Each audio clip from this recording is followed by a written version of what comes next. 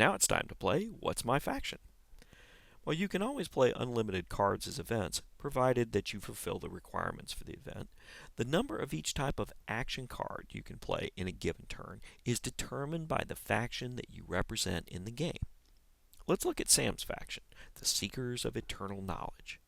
Sam has all the standard actions available just like any other player, but he also has special bonus actions available as part of his specific faction abilities.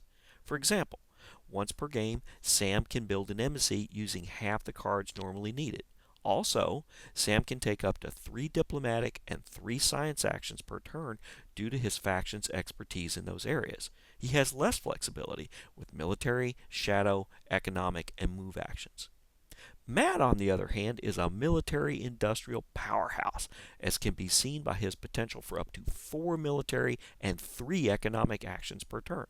Unlike Sam, Matt's faction is a lightweight when it comes to diplomacy or even shadow ops, but Matt's lack of subtlety fits his gaming style, and you can bet he doesn't mind that his destroyers start with more combat firepower than those of most other factions. So, everyone in the game has relative strengths and weaknesses depending on the emphasis of their individual faction. As Sam and Matt play cards during the turn, they mark every action taken in each category with a wooden cube to keep track of what potential they used up for that turn. At the end of the turn, the cubes are removed and everything resets. As a reminder, the action types are military, which lets you consolidate power, attack enemy vessels, build defense bases, etc. Diplomacy, make friends, use diplomatic solutions to get new cards, build embassies. Shadow, undermine enemy power, create unrest, steal events. Science, explore the galaxy, map star systems, improve ship technology. Economic, trade, repair stuff, build starports. Movement, move large fleets, groups of operatives, get new assets from the Imperium, and so on.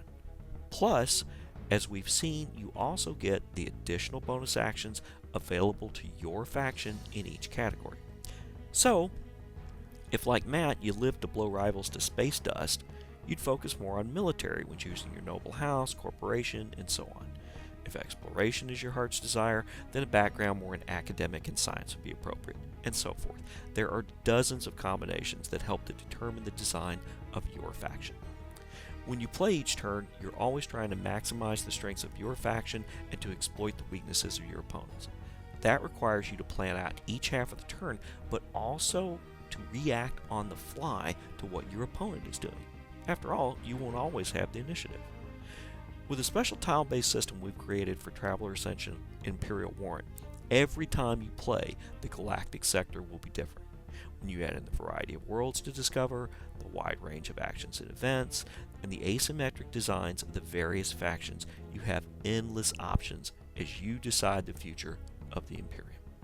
We hope this helps you to understand basic gameplay and how the factions work in the game.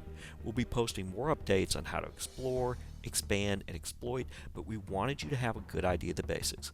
Let us know what you think, and thanks again for your interest and support.